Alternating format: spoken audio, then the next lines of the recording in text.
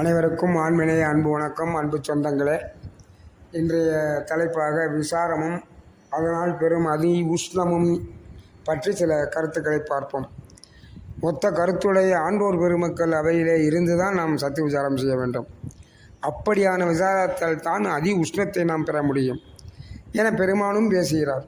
இந்த நல்ல உஷ்ணத்தால் நாம் நம் ஆன்மாவை மூடியிருக்கின்ற அனந்த அஞ்ஞான திரையை நீக்கலாம் என்று பெருமான் பேசுகிறார்கள். நம் சகோதரர்கள் பலர் கதை பேசினால் சுவராசியமாக கேட்கிறார்கள். ஆன்மீகம் பேசினால் தூக்க மாத்திரை இல்லாமலேயே தூங்கி வழிகிறார்கள்.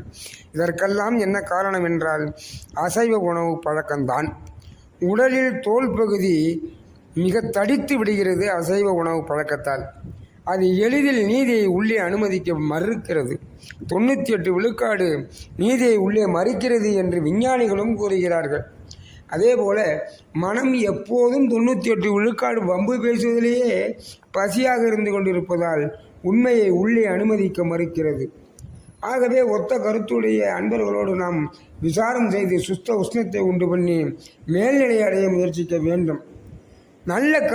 நல்ல விஷயங்களை கேட்பதில் நாம் கூறாக இருக்க வேண்டும்.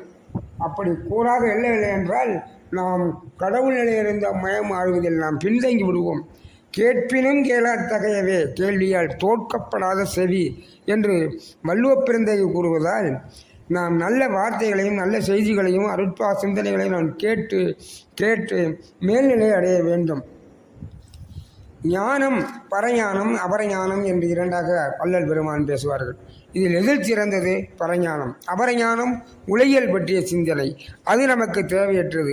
ஆகவே பரஞான சிந்தனையை நாம் செய்து வாழ்க்கையில் முன்னேறுவதற்கு நாம் முயற்சி எடுக்க வேண்டும். பெருமான் நம்மை பார்த்து வீண்காலம் கழிக்காதீர்கள், நல்ல விசாரணையில் இருந்து கொண்டிருங்கள் என்று அழுத்தமாக கூறுகிறார்கள். பெருமான் ஓரிடத்தில் பெரும்பாலானவர்கள் மேட்டுக்கடைத்திட வெண்சோறு எங்கே, பெண் சுகம் எங்கே, ஆடை எங்கே, இரு கண்களுக்கு வியப்பு எங்கே, வசதியான இடம் எங்கே என்று திரிந்து திரிந்து இழைப்பதை தவிர ஒரு கணமையாவது கடவுளை நினைத்தது உண்டா என்று கேட்கிறார். ஆகவே நல்லதை நினைப்போம், நல்லதை சிந்திப்போம், கடவுள் நிறைந்த மயமாவோம். அருட்பெரும் ஜோதி, அருட்பெரும் ஜோதி.